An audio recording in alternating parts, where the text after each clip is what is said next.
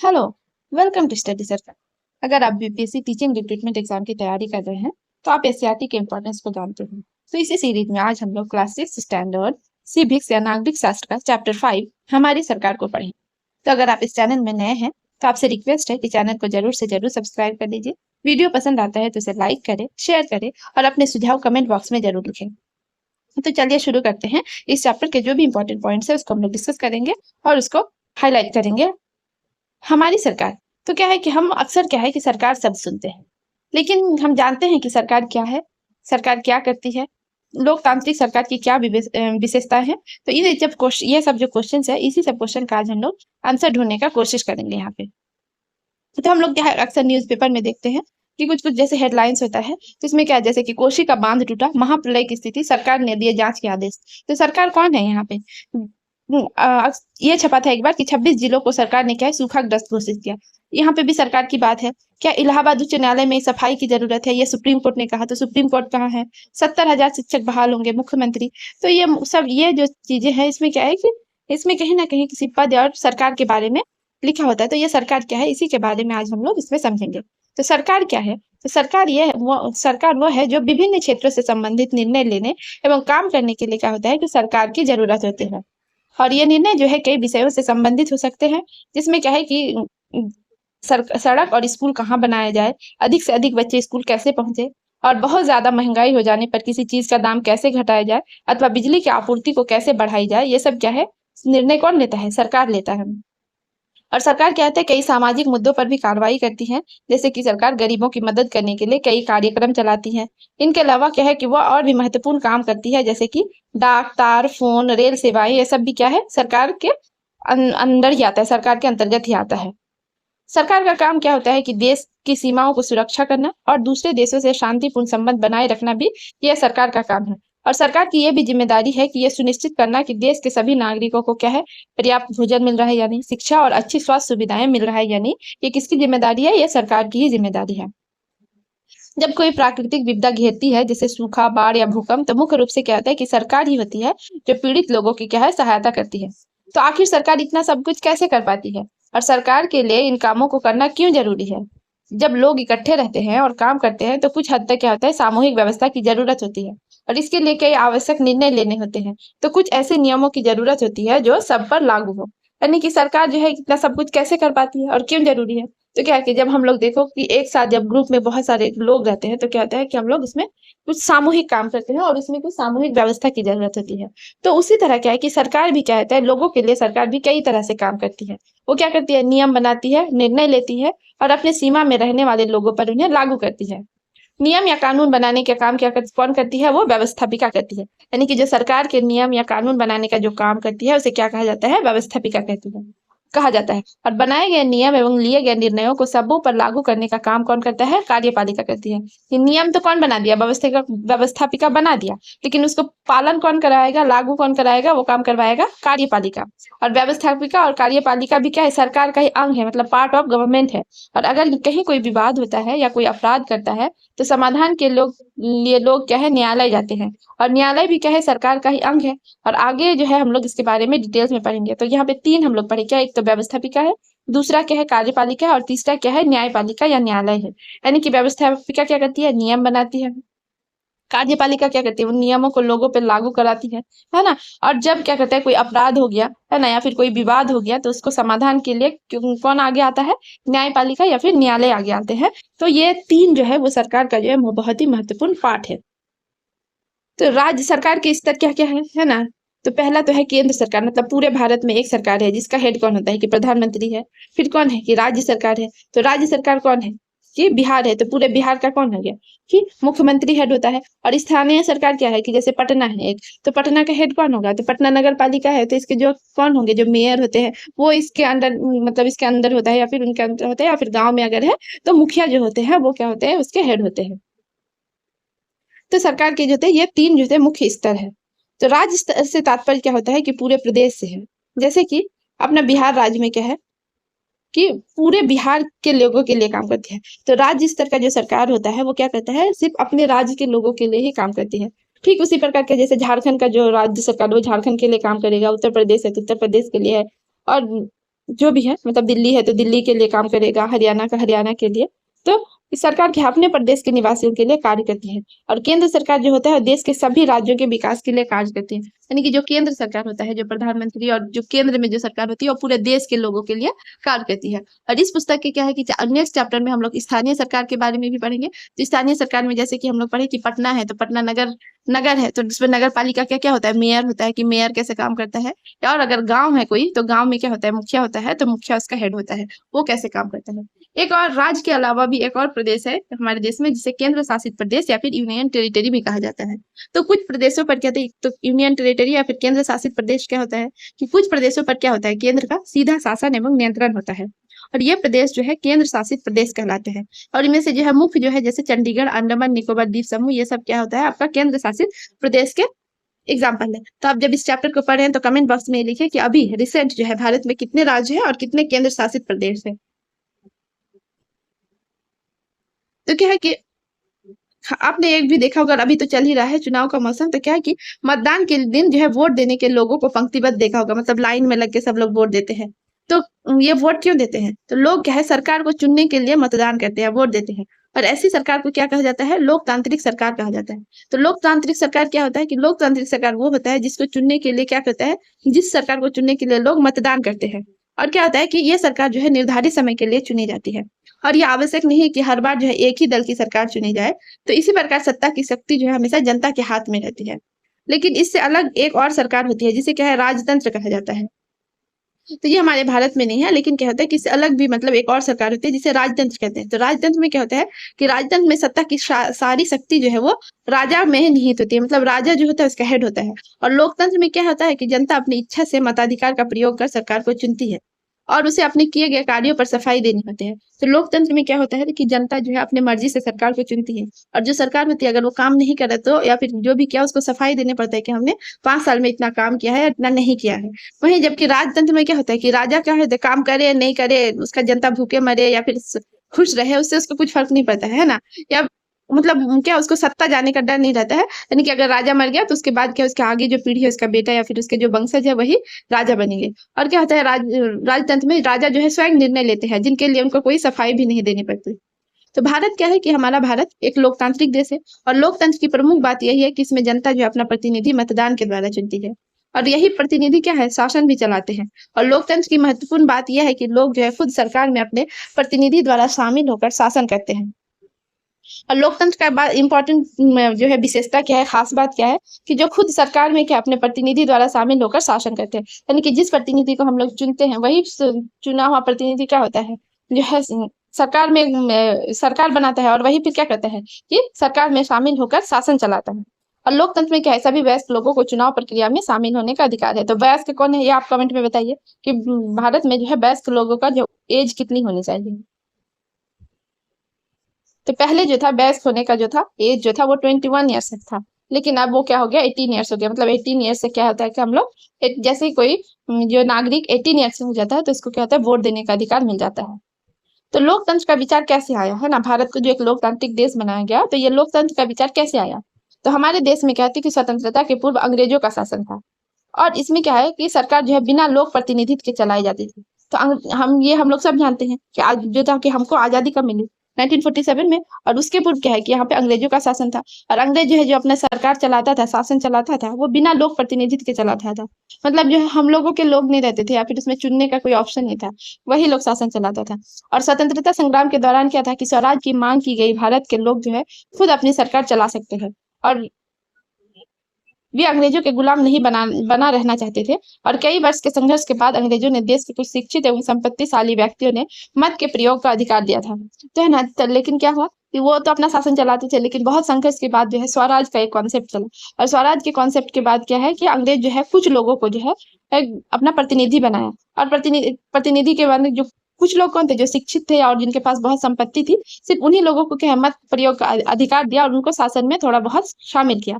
और देश के जो गरीब, अशिक्षित, औरत और अभिवंचित वर्ग के लोग थे उनको वोट देने का जो अधिकार प्राप्त नहीं था। ये कब, अंग्रेजों के टाइम था। और स्वतंत्रता संग्राम के दौरान सभी लोग जो है उसमें शामिल हुए और ये विचार कि सभी को मत देने का अधिकार होना चाहिए। और तो ये बुलंद हुआ। और जब स्वतंत्रता संग्राम चल रहा था तो सभी लोगों को मतलब ये फील हुआ और उनका ये विचार हुआ कि जो है भारत के जितने भी लोग हैं नागरिक हैं उन लोगों को क्या होना चाहिए कि सभी को वोट देने का या मतदान देने का अधिकार होना चाहिए। और ये जो है बुलंद हुआ, मतलब ये आवाज धीरे धीरे बुलंद हुआ। और इसी विषय में जो है महात्मा गांधी ने 1931 में जो यंग इंडिया पत्रिका के माध्यम से कहा था कि मैं ये विचार सहन नहीं कर सकता कि जिस आदमी के पास संपत्ति है वो वोट दे सकता है, लेकिन वो आदमी जिसके पास चरित्र है पर संपत्ति या शिक्षा नहीं तो वो वोट नहीं दे सकता। जो दिन भर अपना पसीना बहाकर ईमानदारी से काम करता है वो वोट नहीं दे सकता क्योंकि उसने गरीब आदमी होने का गुनाह किया है। तो 1931 में गांधी जी, जो महात्मा गांधी जी ने एक पत्रिका जो है वो उन्होंने संपादित किया था, उनका नाम क्या था, यंग इंडिया। और उसके माध्यम से क्या किया था उसने कि मैं ये बर्दाश्त नहीं कर सकता या सहन नहीं कर सकता कि जिस आदमी के पास संपत्ति, मतलब जो अमीर है ना, या फिर जो शिक्षित है एकदम बहुत, वही लोग क्या है वोट दे सकता था। और तो ये गांधी जी को बिल्कुल क्या है मतलब मंजूर नहीं था और इसने इसके मतलब अगेंस्ट में लिखा, इसमें यंग इंडिया नामक पत्रिका में, क्या कि अगर किसी आदमी के पास कैरेक्टर है ना, वो अच्छे चरित्र का व्यक्ति है, लेकिन क्या उसके पास संपत्ति या शिक्षा नहीं है तो वोट नहीं दे सकता है। अगर आदमी मेहनती है और ईमानदारी से काम करता है वो भी मतलब वो वोट नहीं दे सकता है, क्यों? क्योंकि वो गरीब है। तो ये गांधी जी के जो है उसूल के बिल्कुल क्या है अगेंस्ट है। तो लोकतांत्रिक देशों में जो है महिलाओं को मत देने देने का भी अधिकार होना चाहिए, जिसे प्राप्त करने के लिए दुनिया भर के महिलाओं को कई संघर्ष करने पड़े। तो लोकतांत्रिक देश जो थे कि हमारे आजादी से पहले भी कई देश जो थे वो लोकतांत्रिक देश थे, पर वहां भी क्या था कि महिलाओं को मत देने का अधिकार नहीं था। और बहुत संघर्षों के बाद जो है महिलाओं को मत देने का अधिकार प्राप्त हुआ। तो इसमें क्या है कि अमेरिका तथा पश्चिम यूरोप में जो है महिलाओं को पहले मताधिकार प्राप्त नहीं था। तो जो पश्चिम यूरोप है और जो अमेरिका है, ऐसे देशों में क्या था, जैसे आयरलैंड वगैरह जो है, इंग्लैंड, आयरलैंड, ये सब देश क्या है जो, सॉरी इंग्लैंड नहीं, अमेरिका है ना, इंग्लैंड में भी, इंग्लैंड खुद और आयरलैंड ये सब जो देश है वहां पे क्या था, फ्रांस, ये सब देशों में क्या था कि महिलाओं को जो है मताधिकार प्राप्त नहीं था। और यहाँ क्या है वोट देने के अधिकार के लिए महिलाओं ने बहुत आंदोलन किया। उन्होंने जगह जगह पर अपने आप को लोहे की जंजीरों से बांधकर प्रदर्शन किया, वे जेल गई और भूख हड़ताल पर भी बैठी, है ना। तो कई महिलाएं जो है वो क्या क्या लोहे के जंजीरों से अपने को बांध कर प्रदर्शन किया, ये दिखाने के लिए कि हम जो है आजाद नहीं है, अभी भी क्या है हम लोग गुलाम हैं। और वे बहुत बार ऐसा हुआ कि वे जेल गई, कितनों ने भूख हड़ताल किया। और इसी प्रकार पूरे विश्व में जो है महिलाओं को वोट देने का अधिकार फैला। तो 1902 में क्या ऑस्ट्रेलिया, 1920 में अमेरिका और 1928 में इंग्लैंड, और उसके बाद फ्रांस, भारत, इटली, जापान आदि देशों में महिलाओं को वोट देने का अधिकार प्राप्त हुआ। तो सबसे पहले क्या 1902 में ऑस्ट्रेलिया में क्या महिलाओं को वोट देने का अधिकार प्राप्त हुआ था, फिर 1920 में अमेरिका में, 1928 में इंग्लैंड में, उसके बाद फ्रांस और भारत, इटली, जापान आदि देशों में महिलाओं को जो है वोट देने का अधिकार प्राप्त हुआ। स्वतंत्रता संग्राम के दौरान किए गए संघर्षों एवं समानता के विचार के कारण जो है वर्तमान समय में भारत में सभी औरतों, मर्दों, अमीर तथा गरीब तथा अभिवंचित वर्ग के जो लोग हैं वो वोट या मत दे सकते हैं और इसमें कोई विभेद नहीं है। और इसी जो है अधिकार को, मतलब सब जो लोग जो है ना इक्वल, इसमें समानता से जो वोट दे सकते हैं, इसी को क्या कहते हैं, इसी अधिकार को सार्वभौम वयस्क मताधिकार कहा गया है। तो सार्वभौम वयस्क मताधिकार कहा गया है। अब हम लोग पढ़ेंगे कि लोकतांत्रिक सरकार के मुख्य तत्व क्या क्या है। तो लोकतांत्रिक सरकार की जो है 3 आधारभूत सिद्धांतों पर काम करती है। क्या क्या है? पहला तो है लोगों की भागीदारी, दूसरा समस्याओं का समाधान, और तीसरा है समानता एवं न्याय। ये जो है लोकतांत्रिक सरकार का मुख्य तत्व या फिर इसके आधारभूत सिद्धांत है, कह सकते हैं। तो भागीदारी क्या है? तो भागीदारी को समझाने के लिए जो आस्था नामक एक लड़की है उसके जो है लाइफ एक्सपीरियंस है, इसको बताया गया है कि आस्था के घर में क्या होता है कि आज सुबह काफी चहल पहल देख उसके पड़ोसी ने उसके पिता से पूछा कि आज क्या कोई खास बात है? तो जो है आस्था के पिता जो थे शर्मा जी ने कहा मतदान करने के आप भी चल रहे हैं? तो पड़ोसी ने उत्तर दिया नहीं, मुझे विश्वास नहीं है कि कुछ बदलेगा। तो इसे लेकर जो है दोनों में खूब बहस हुई। तो दोनों में क्या बहस हुई होगी, तो इसी को हम लोग समझते हैं कि चुनाव में जो है वोट देकर हम प्रतिनिधि को चुनते हैं, और ये प्रतिनिधि क्या होता है कि लोगों की तरफ से निर्णय लेता है, और ये मानकर चला जाता है कि प्रतिनिधि जो है निर्णय लेते वक्त लोगों की जरूरतों और मांगों को ध्यान में रखेंगे। सभी सरकारों को है एक निश्चित समय के लिए चुना जाता है, और भारत में जो है ये अवधि कितने हैं, 5 वर्षों की है। एक बार चुने जाने के बाद सरकार क्या है कि 5 वर्ष तक सत्ता में रहती है, और सरकार का सत्ता में बने रहना तभी संभव है जब लोग उन्हें चुने। यानी कि जब हम लोग वोट देते हैं तो हम अपने प्रतिनिधि को चुनते हैं, और ये प्रतिनिधि क्या होता है कि हम जो जिन लोगों ने चुना हम लोगों की तरफ से निर्णय लेता है, और ये हम लोग एज्यूम करते हैं, मान कर चलते हैं कि ये जो प्रतिनिधि है निर्णय लेते वक्त जो होता है कि हम लोगों की जो जरूरत है और जो मांग है उसको ध्यान में रखेंगे। और इस जो होता है कि कोई भी सरकार को जो होता है एक निश्चित समय के लिए चुना जाता है, और भारत में क्या होता है कि ये अवधि कितने साल का है, 5 साल, हर 5 साल के बाद यहाँ पे चुनाव होता है। और एक बार चुने जाने के बाद क्या होता है, सरकार 5 वर्ष तक सत्ता में रहती है, और सरकार का सत्ता में बने रहना तभी संभव है जब उसको लोग चुने। तो चुनाव का समय लोगों के लिए वो घड़ी है जब वे लोकतंत्र में अपनी ताकत को महसूस करते हैं, और इसी तरह से नियमित चुनाव होने से लोगों का क्या है सरकार पर नियंत्रण बना रहता है। वोट देने के अलावा क्या है, लोकतांत्रिक सरकार के निर्णयों और नीतियों में लोगों के भाग लेने के और भी कई तरीके हैं। लोग सरकार के कार्यों में रुचि लेकर उसकी आलोचना करके भी जो है अपनी भागीदारी निभाते हैं। और यदि सरकार जनता के कार्यों को सही रूप से नहीं करती हो तो जनता क्या करती है कि पत्र लिखना, ज्ञापन देना, धरना, जुलूस, हड़ताल, हस्ताक्षर अभियान, कोर्ट में केस करना, सत्याग्रह आदि तरीकों का उपयोग करती है। तो जैसे हमने प्रतिनिधि चुन लिया और प्रतिनिधि अपना काम नहीं कर रहा है और सुन ही नहीं रहा है हमारी बात, तो उसके लिए फिर हम लोग क्या करते हैं कि सरकार को पत्र लिखते हैं, उनको ज्ञापन देते हैं या फिर धरना करते हैं, जुलूस करते हैं, हड़ताल या फिर हस्ताक्षर अभियान करते हैं। मतलब लोगों से साइन कराकर क्या करते हैं, उसको सरकार को दिखाते हैं या फिर जमा कराते हैं। कोर्ट में केस करते हैं, सत्याग्रह आदि तरीकों का जो है उपयोग करते हैं। इन माध्यम से क्या है कि ये बात सरकार तक पहुंचाती है और इस तरह लोकतांत्रिक सरकार में जनता सरकार बनाने के लेकर सरकार के कार्यों की समीक्षा में भागीदार रहती है। तो क्या होता है कि इसी माध्यम से क्या हम अपनी बात सरकार तक पहुंचाते हैं। और लोकतांत्रिक सरकार में क्या होता है कि जनता जो है सरकार बनाने से लेकर सरकार के कार्यों की समीक्षा में भागीदार रहती है। तो लोकतांत्रिक सरकार में जनता सिर्फ ऐसा नहीं कि 5 साल में एक बार वोट देकर सरकार बना दिया, यानी कि वो अगर हमारी मांगों को पूरा भी नहीं करती तो उनके कार्यों की समीक्षा भी करते हैं और उनका विरोध भी करते हैं। विवादों का समाधान। हमारा देश क्या है कि एक लोकतांत्रिक देश है और यहाँ विभिन्न प्रकार के विवाद जो है उत्पन्न होते रहते हैं और इसके कई कारण हो सकता है। तो पहला कारण क्या है कि उदाहरण के लिए बताया गया है कि जैसे दूसरों के हितों का ख्याल न रखना या फिर आपसी समझ का ना होना, किसी और की भाषा या क्षेत्र को नीचे दिखाना। तो क्या होता है, ये सब कारण से क्या होता है कि विवाद पैदा हो जाता है और कई बार लोग जो है सरकार के निर्णयों से असहमत होते हैं, तो इससे भी क्या होता है, विवाद उत्पन्न होता है।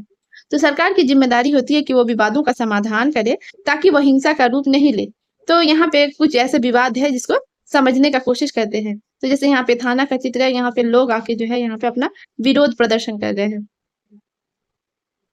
तो यहाँ पे एग्जाम्पल दिया है कि जैसे ग्राम पंचायत नवहट्टा सहरसा में जो है एक राम प्रवेश नामक व्यक्ति रहते हैं और बगल के गांव के अब्दुल उनकी फसल को काट कर ले गए। तो अगले दिन राम प्रवेश को पता लगा कि अब्दुल के घर जाकर बात की। अब्दुल ने उस जमीन को क्या है कि अपनी जमीन बताई। तो इस कारण क्या होता है, विवाद गहरा हो गया। लौट कर राम प्रवेश ने जो सारी बातें ग्राम प्रधान को बताई। वहां घनश्याम भी मौजूद था। उसने बिना तथ्य को समझे गांव वालों को भड़का दिया, जिससे सामाजिक और सांप्रदायिक सौहार्द बिगड़ने लगा। गांव के लोग एकत्रित होकर क्या स्थानीय थाना को इसकी सूचना दी और स्थिति की गंभीरता को देखते हुए थाना प्रभारी जो है ग्राम पंचायत के मुखिया से क्या है विचार विमर्श कर विवाद को सुलझाने के लिए तत्काल सभी लोगों को घर जाने को कहा तथा दोनों पक्षों को अगले दिन आने का समय निर्धारित किया। इसी बीच थाना प्रभारी ने कर्मचारी को बुलवाया और पता किया कि यह जमीन किसकी है। तो कर्मचारी ने बताया कि ये जो जमीन है वो अब्दुल की है। अगले दिन दोनों पक्षों को बैठा कर जो है विवाद का समाधान शांतिपूर्ण तरीके से किया गया और घनश्याम को कड़ी हिदायत दी गई कि वो अफवाह ना फैलाए।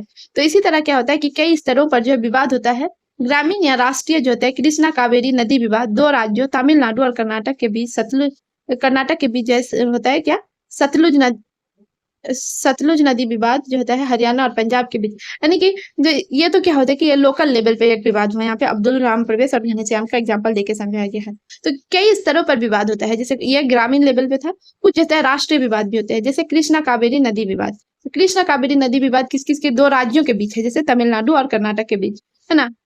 और जैसे कृष्णा और कावेरी नदी के पानी को लेकर यह विवाद होता रहता है। फिर सतलुज नदी विवाद जो होता है वो किसके किसके बीच होता है, वो हरियाणा और पंजाब जो होता है के बीच होते रहता है। और किसानों की जो उपजाऊ भूमि को लेकर क्या है कि सरकार को लेकर भी जो उद्योग स्थापित करने के कारण उत्पन्न विवाद, बिहारी छात्रों एवं लोगों के साथ अन्य प्रांतों में हुए गलत व्यवहार से उत्पन्न विवाद जो होता है इसका एग्जाम्पल है। तो जैसे किसानों की जो उपजाऊ भूमि है उसमें सरकार क्या करते हैं कि उसमें कोई फैक्ट्री या फिर उद्योग स्थापित कर रहा है, तो इसके कारण भी बहुत सारा विवाद क्या होता है, विवाद उत्पन्न हो जाता है। जैसे कि अगर वहां पे फैक्ट्री लग जाएगा तो वहां पे क्या है कि उपजाऊ भूमि बर्बाद हो जाएगा, है ना। वहां पे लोग खेती नहीं कर पाएंगे। तो इस तरह से क्या होता है कि बहुत सारे लोग फैक्ट्री क्या है सेटअप नहीं करने देते हैं अपने खेतों में। तो इसको लेकर क्या था, और फैक्ट्री सेटअप सरकार इसलिए करना चाहती है क्योंकि उससे क्या है लोगों को रोजगार मिलेगा। तो इस तरह से क्या है सरकार और किसानों के बीच कभी कभी विवाद हो जाता है। अब पढ़ेंगे हम लोग। अब बिहारी छात्रों एवं लोगों का क्या अन्य प्रांतों में है कि बहुत बार जो है गलत व्यवहार हो जाता है। तो इससे क्या होता है कि दो राज्यों के बीच जो होता है वो विवाद उत्पन्न हो जाता है। समानता और न्याय के बारे में पढ़ेंगे कि जब हम लोग क्या है स्वतंत्र देश के नागरिक हैं, लेकिन हमें पूरी स्वतंत्रता तभी मिलेगी जब सभी को जीने के लिए जो है समान अवसर प्राप्त हो। असमानता समाज द्वारा उत्पन्न होती है, जैसे छुआछूत, लिंग भेद, आर्थिक अवसर की असमानता। तो इससे क्या होता है कि आमतौर पर घरों में लड़के और लड़कियों में भी विभेद किया जाता है। लड़कों को परिवार में अधिक अवसर दिया जाता है। शादी विवाह भोज भंडारा में खास समुदाय एवं वर्ग के व्यक्तियों को अलग बैठाकर खाना खिलाया जाता है। तो क्या होता है कि ये सब क्या असमानता है। है ना? और जब तक हम इन असमानताओं को दूर हटाकर सबके लिए समान अवसर प्राप्त नहीं करेंगे, तब तक हमें पूरी स्वतंत्रता नहीं मिलेगी। धीरे-धीरे समाज में क्या है, अब जागरूकता आ रही है और ऐसी घटनाएँ कम होती जा रही है। तो समानता के बिना क्या है कि न्याय संभव नहीं है और लोकतांत्रिक सरकार क्या है कि समानता एवं न्याय के लिए जो है कटिबद्ध होती है। और सरकार द्वारा कानून के माध्यम से महिलाओं को विशेष दर्जा देकर समान अवसर प्रदान किया गया है, जैसे कि पैतृक धन में, संपत्ति में समान बंटवारा और लड़कों को समाज में जो है अधिक महत्व दिया जाता है, जबकि लड़कियों को क्या है कम महत्व दिया जाता है। तो ये क्या है, ये गलत है और गलत है और अन्यायपूर्ण भी है। तो ये इस पर क्या है, सरकार ने विशेष ध्यान देते हुए लड़कियों को शिक्षा हेतु सरकारी विद्यालयों एवं कॉलेजों में जो है फीस खत्म कर दी। उनके लिए पोशाक योजना भी आरंभ की गई है। तो इस चित्र में देख सकते हैं कि पोशाक की राशि प्राप्त करती छात्राएं। उसी तरह जो है महादलित बच्चे बच्चियों पर भी सरकार ने विशेष ध्यान रखते हुए पोशाक के साथ साथ छात्रवृत्ति योजना भी आरंभ किया, ताकि क्या है उन्हें भी समान अवसर मिल सके। सरकार जो है नियम कायदे बनाती है और यदि किसी दूसरे व्यक्ति की संपत्ति को क्षति और नुकसान पहुंचाता है और उसकी चीजें जो है चोरी करता है, तो सरकार द्वारा बनाए गए कानून के तहत उसे न्यायालय की प्रक्रिया द्वारा दंडित किया जा सकता है। तो सरकार क्या है जो नियम और कायदे बनाती है, लेकिन अगर कोई व्यक्ति क्या कहता है दूसरे व्यक्ति की संपत्ति को क्षति या नुकसान पहुंचाता है या फिर कभी चीजें चोरी करता है, तो सरकार द्वारा बनाए गए कानून के तहत उसे न्यायालय की प्रक्रिया द्वारा दंडित किया जा सकता है। और सरकार को भी क्या है अपने बनाए नियमों का पालन करना होता है कि उदाहरण के लिए क्या है कि यदि लोगों के साथ जबरदस्ती होती है, उनका रोजगार या जमीन छीनी जाती है, तो उन्हें ये अधिकार है कि वो सरकार के विरुद्ध जो है न्यायालय में जा सकते हैं। और लोकतांत्रिक सरकार क्या है कि लोक कल्याण की भावना पर आधारित होती है। तो सबसे जो इम्पोर्टेंट चीज है लोकतांत्रिक सरकार का क्या है कि वो लोक कल्याण की भावना पर आधारित होती है, जो किसमें स्वतंत्रता, समानता, न्याय एवं बंधुत्व की अवधारणाओं को प्रश्रय देती है, यानी कि लिबर्टी, इक्वालिटी, जस्टिस और फ्रैटर्निटी की भावना को क्या करते हैं कि प्रश्रय देती है, मतलब उसको आगे बढ़ाती है। तो ये चैप्टर यहीं पे एंड हो रहा है। अगर आपको वीडियो पसंद आए तो इसे लाइक करें, दोस्तों में शेयर करें और चैनल को जरूर से जरूर सब्सक्राइब करें। हमारे साथ बने रहिए। वीडियो देखने के लिए बहुत बहुत धन्यवाद।